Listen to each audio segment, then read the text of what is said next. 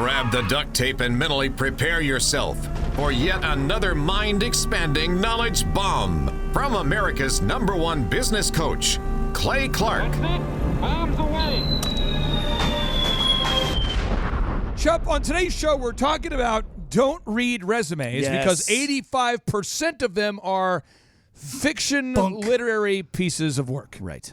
That's Chup, true. talk to me about the shock that you experienced the first time that I said in a meeting or somewhere that 85% of people lied on resumes. What were you thinking when I made that claim? Well, for me personally, I go, you know what? That matches my history with hiring people. And everybody would come in and tell us that they could do everything that you needed them to do. We're running a concrete company. We'd need people that could lay out the jobs and read the plans. Oh, yeah, man, I've been doing that for 20 years. And then they go dig a hole and pour concrete in the wrong spot because I wasn't a good manager at the time. So everybody lies when they're trying to get a job. 85%. Yeah, 8.5 out of 10 people are lying to you. Dr. Breck, you've seen a lot of resumes throughout your career. I have. Do you have one, not a particular person I'm asking for, but one where somebody claimed that they could do something? Maybe they claimed they were a chiropractor and they weren't. They claimed they were a nurse and they weren't. They claimed they were. What's the craziest ones that you could think of? I've got quite a few stored up here to share with the listeners out there. I'm trying to think. The craziest one. Well, I will hop in here. Yeah. go ahead. I have a coder who applied. He had a degree from MIT. I remember Wow. this. Yeah. And he it was like a master's degree in computer engineering. Mm-hmm. Talked about how he led a team of coders who helped do this and that and this and that. He legitimately had a degree. Mm-hmm. But when he came to Tulsa, Chup, he could not code. How is this possible? It's actually, I know exactly how it's possible. I'm not kidding. Like what we do here at Thrive is when we want to hire somebody, if they're from out of town, we'll fly them in, we'll pay the expenses, and then they'll shadow. So he's here, and he's like, well, guys, here's the deal. I am ready to get started, but first I really want to know more about the culture. So he eats up almost the first day. Just go, well, I want to know about this. I want to know about this. I've got all these offers. I want to know about this and that. Then, Chup, it was like day 2, and we only had him for 2 days. Yeah. And I said, hey, here's the deal, Holmes. I need you to sit down and actually code. something. Do some PHP coding so we can see what you can and can't do. Right. He sits down, and he's just like kind of cracking the knuckles, kind of like, well, about ready to code because that's what I do. I code. I'm about ready to, this is me about ready to code. Hey, do you guys have any coffee? So he goes and gets some coffee, and he kind of goes around the coffee area, and he's kind of, coughing it up, and he's kind of, what kind of roast is this? What kind of roast? This is some good roast. What do you guys blend here? And that becomes like a 30-minute conversation. Right. What is he thinking? I don't Looking up understand coding it. for dummies. He goes back to his desk, and he's like, now you guys have 3 monitors here? I got 2. I typically use 3. 5. Seriously. And I'm like, okay, but you're going to have to use 2. And he's like, well, Okay. do you have one of those Keyboard keyboards is- that's like, what's the keyboard, the ergonomic? Ergonomic keyboard. Yeah, this domed? just hurts my wrist. Do you have one of those? Because I prefer to use My that. chiropractor says I It have got to use that. really funny. You know the mouse that's like the reverse, how a normal human would use a Yes. mouse? Yeah. I think Currington has one of those. Yeah. What kind of mouse is that? Which one? The one with the thumb The ball left-hand on it? Yeah, it's like a thumb ball. It's Yeah, there's, I don't know. It's I hate that mouse. it's- But anyway, so he's asking for all these things, and I'm like, okay, here's the deal. We brought you into code. I don't want to get into an issue with you. We just, we liked your resume, liked your interview, liked. Can you code? And he goes, no. I'm like, well, come on, man. You got to get out of here. So we sent him back home on the first flight. And that happens a lot. And the thing that blows my mind is, what did he think the end road of that was? This is not an entry-level job. You're looking for like a PHP coder. They're obviously going to know you can't code, man. Chuck, I have a hot take here for you. Hot take for you. I will never understand people. They're the worst. That's the thing. They're the worst. People are playing games. That's so crazy. You've had stylists that don't know how to cut hair. I've had stylists that yeah. actually applied for a job that one guy, my favorite, he says to me, I want you to know my name is not actually Thomas. This is like after like 2 weeks. Yeah. He did a group interview. We liked his stuff. He shadowed, liked that process. He put in his 2 weeks at his other place, and I called him. I said, hey, I'm calling through references, and all the numbers are disconnected. Everything is not working, and I just want to know, like, what's going on? He goes, well, I want you to know my name is not Thomas. And I'm like, okay, well, what is your name? Inigo Montoya. No, it's like that. It was like it was some Hispanic name, and he's like, my name is Antonio, whatever. I'm like, okay, cool, okay. Why do you go by that name? He goes, I have a felony. And I'm like, okay, so your ID you gave me, that's not real? No, it is not real, but I tell you what, I work for half pay. I'm like, not a deal, no. But there's certain people, that's what they do. So crazy. And what's crazy is it's not a small group of people. No, it's like almost 9 out of 10. So I'd like you to do, Chuck, is I'd like you to click on this link, this Inc. magazine article. It says 85% of job applicants lie on resumes. Yep. Here's how to spot a dishonest candidate. Just read the first paragraph so that way we can really marinate on it together. I want to break it down because I think somebody out there has to be cured from this time-wasting mental disorder called reading resumes. Okay, it says, according to Hire Right's 2017 Employment Screening Benchmark Report, 85% of employers caught applicants fibbing on their resumes or applications, up from just 66% 5 years ago. I believe that. Oh, my God. Continue. I believe that. Given we have the lowest unemployment rate in a decade, you have to wonder why people would feel the need to lie. Well, here's why. Employer applicant tracking systems expect an exact match. That's one reason. So most companies use some form of applicant tracking system to take in resumes, sort through them, and narrow down the applicant pool. With the average job posting getting more than 100 applicants, recruiters don't want to be bleary-eyed sorting through them. Instead, they let the ATS do the dirty work by telling it to pass along only the resumes that match their Also, specific some people are requirements. lying because they say, I want to get through the system. Yeah. Right. But either way, Or because they're liars, too. That's right. So now let's go 'Cause through the integrity doesn't 5 matter. action steps Okay. that all the listeners need to take. And I'd like for you and myself and Dr. Breck to kind of unpack each action item Yes. one by one so all the listeners can take notes and implement these things in their company immediately to find quality people. Action step number 1. Never stop posting now hiring advertisements, Indeed, Craigslist, LinkedIn, Facebook, etc. Why? Because it's just I explain this to my clients the same way.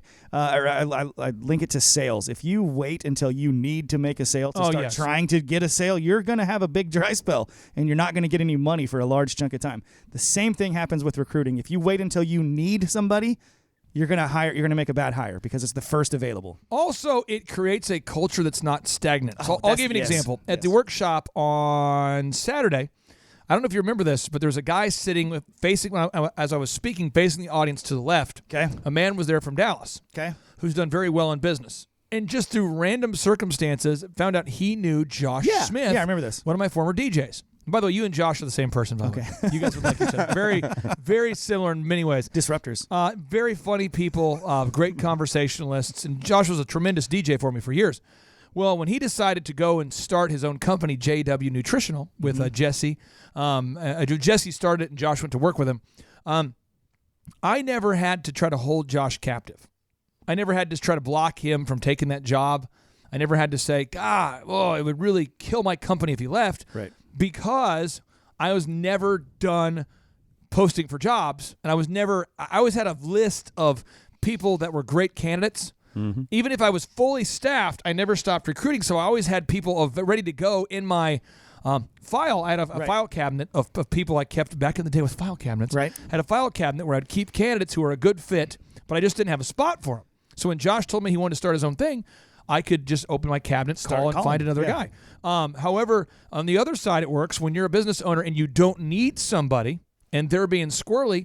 You can fire them right away because you have better candidates coming in. Dr. Breck, what's your hot take here? I've had that situation where a bad employee was holding me hostage It's the because worst. I had too many people that needed serviced and I didn't have somebody else to replace them, so I couldn't let them go. But they needed to go. They need to go badly. One other awesome thing about having this go weekly posting and having we'll get to the group interview is that it keeps your team keyed in because they see a river of new candidates coming into your business every single week. Right. And we had a young photographer working for us at one point. Yeah. And another photographer made it through the interview to the shadow day, and he comes around, he's snapping pictures of the office, showing what he can do, and the young guy walks up to him and he goes, "Hey, is that my replacement?" I go, "I don't know. You should probably get back to work." That's true. It could And be. he stayed around and he worked for a while and it worked out, right? But it just got him remotivated and reinvigorated. Mm-hmm. So when a resume is submitted to you via as a result of you posting on Craigslist or Indeed or LinkedIn or Facebook, Chubb, how do you respond? Step 2. What's step 2? You respond with a canned email that's pre-written out, and you don't read their resume. So your response should say something like, "Hey, we're excited to interview you. Exactly. I'd like to interview you this Wednesday at 5. Yep. So step 3, why would you always want to have a weekly specific time already pre-scheduled to interview all of the candidates? Because it's on your time that you're making this happen, not theirs. Oh, I can't make Wednesday at 5, Clay. Tuesday at 2, are you free? No, I'm not. No. Wednesday at 5. Feel free to come next week. We'll be doing the same thing Wednesday at 5. Well, how about Saturday at 2? Oh, let me check. Nope. No, it looks like next Wednesday at 5. It feels like I feel like all you guys do is always interview people Wednesday at 5. That'll never work for me. Well, then that's not going to work for us either. There it is. If they want it bad enough, they'll find a way. That's exactly the reason. Okay, we had one lady who couldn't attend the Wednesdays at 5. So she went to her current employer and said, current employer, if I come in early tomorrow, could I leave early? That kind of thing. They'll find a way to make it happen. Of course they will, yeah. Now, step number 4, Chuck. Step number 4. Are you ready? Only schedule functional humans to shadow you. Only schedule functional humans to shadow. What do you mean by that, Chuck? So when they make it through the group interview process, then you want to have the good ones. You want to pluck out the good ones. Maybe 1 in 10, 2 in 10, maybe 1 out of 10. 1 out of 10. By the way, that was Chuck. That was really positive of you. You really made a change. Judging by this 85% applicant pool here. But you want them to come into the business and shadow you and shadow a manager and kind of see what the business looks like. This was a very informative when I shadowed for you, Clay. Came in, suited up, ready to do everything, and I feel like you immediately tested my ego. See if I would get down and dirty and just. Do you remember what I asked you to do on day 1 when you were shadowing? Yeah, at first you had me crawl under your desk and try to figure out something that was plugged in wrong, and I immediately broke it and apologized.